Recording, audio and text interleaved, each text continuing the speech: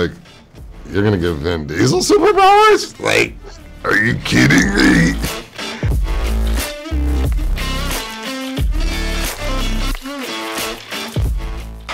Well, that's, Nicola, it's very interesting that this character both evokes fear and empathy.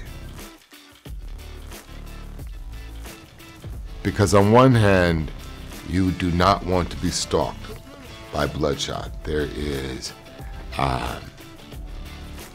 nothing scarier. But at the same time, you're watching this former soldier being manipulated and played literally by his heartstrings. And you can only imagine.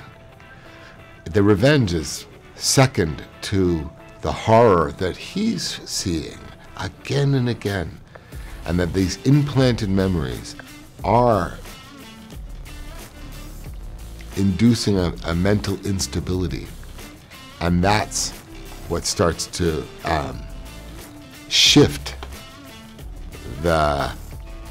your perception of him. So you start by being very scared and nervous, and you go, I would not want to be in a tunnel with him.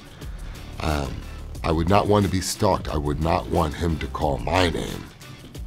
And yet, after you watch this movie, and while you're watching this movie, there's another part of you that goes, what a shame. He's batshit crazy for reasons unbeknownst to him.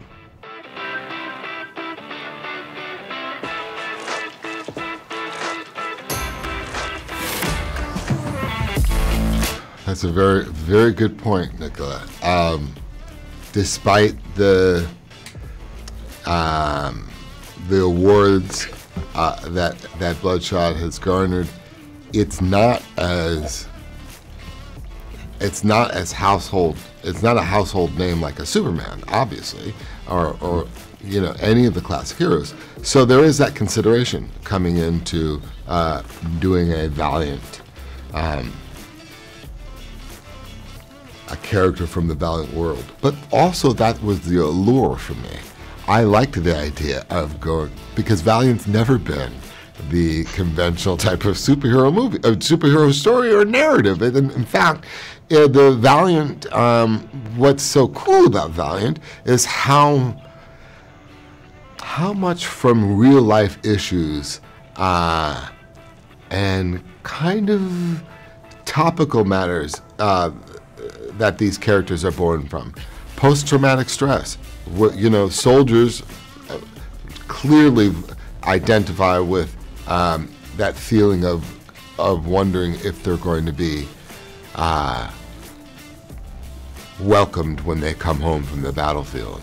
And I think that the storyline here and this movie plays to that a little bit. Which makes it different and exciting. I was very, very excited and by the opportunity and by the challenge of launching the VCU.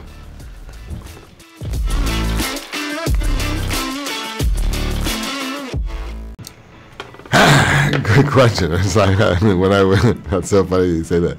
I was on set, it was like, you're gonna give Vin Diesel superpowers? Like, are you kidding me? Yeah, it was what was fun for me was the idea, almost the immortality thing of it. It's not direct representation of immortality like The Last Witch Hunter, which obviously that's the whole theme of that storyline.